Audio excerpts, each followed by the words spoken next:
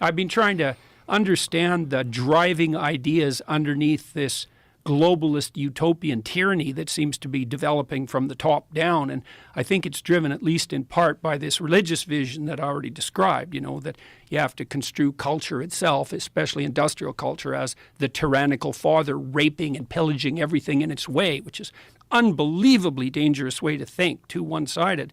And the idea that you have to impose limits to growth on people in order to have a sustainable planet. And that's allied with a view that probably stems all the way back to people like Paul Ehrlich in the 1960s, who really believe,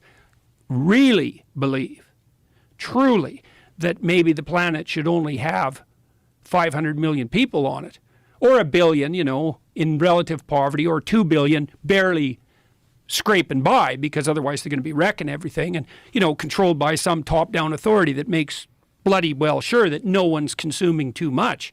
And so when I look at ideas like that first assumption, the planet has too many people on it, it's like, I don't like to hear people say that, because when I hear that, I think, okay, buddy, who exactly are you thinking about getting rid of? Oh, well, it's not like that. It's like, yeah, it's like that. It has to be like that. It is absolutely like that. And so, it's easy to get all paranoid conspiracy theorist about the WEF, say, and maybe there's some utility in that. But, I don't think anybody's sitting at Davos going, well, we got to scrap 7 billion people.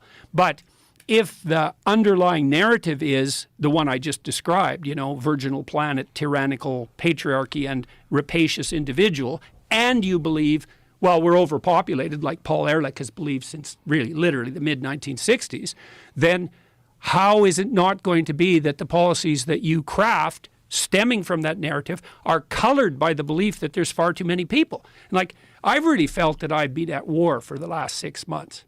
And I would say it's war because what I observed happening in Europe when I was there last was that, well, and you can see this, you don't have to be in Europe to see it, but it's more direct if you're there, is that it's pretty damn clear that the globalist utopians are willing to sacrifice the poor for the sake of the planet. And they're doing that by cranking energy prices up through the roof, and that means that people die. Lomborg has estimated that maybe you have to turn your thermostat down by 3 degrees, right? Save the planet. We don't have enough energy. We'll pay you not to use your electricity between 5 and 6, which is what they're doing in the UK.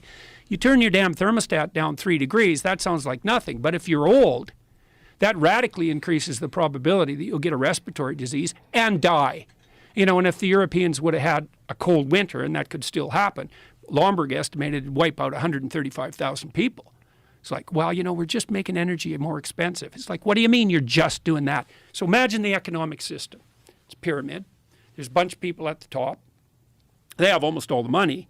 That's par for the course for any productive system. Any system that's productive ends up with a distribution like that. It's like a law of nature. And then you move farther down the pyramid till you get down to the bottom where most of the people are, and they're barely clinging on to the edge of reality, right? It doesn't take much of a crisis to tip them into, death. And then you crank up energy prices. Well, what happens is you just take a bunch of those people at the bottom of the distribution, the poor that the left is so, hypothetically concerned with, and they're just done. They go from barely hanging on to not hanging on. And their kids go from having some ghost of a chance of opportunity to having none. And I could see this coming. You really saw it happening in Germany and the UK, where we have this absolute rat's nest of way more expensive energy. And this is where it gets extremely perverse. You might say, okay, look, we have to save the future poor. And so now some of the present poor are going to have to suffer. Well, that's convenient for you if you happen not to be one of those poor people, but let's give the devil his due and say, okay. It's like, that'd be fine with me. Not really. That'd be fine with me if the consequence of your actions, raising energy prices, for example, actually produced an improvement in those things you wanted to improve. So, for example, energy is more expensive, but now the air is cleaner. But that isn't what's happened in Germany. Right. What's happened in Germany is energy is like 5 times as expensive, and the coal plants are back on. So it's like, even by your own criteria for success, you failed, and you did it at the expense of the poor. And, the World Bank estimated, I don't remember how many months ago, it's probably 9 months ago, that we're putting 350 million people on the brink of starvation because we're cranking energy prices up. And so for me, it's like that's 350 million people. That's 3 times as many as the communists killed, in their 6 decades of trying.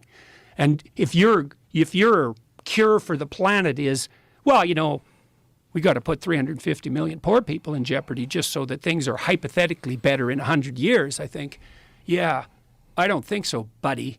And also, it's a little bit too convenient for me that your prescriptions to save the planet are accompanied by this insistence that the only way forward to that is to give you all the power.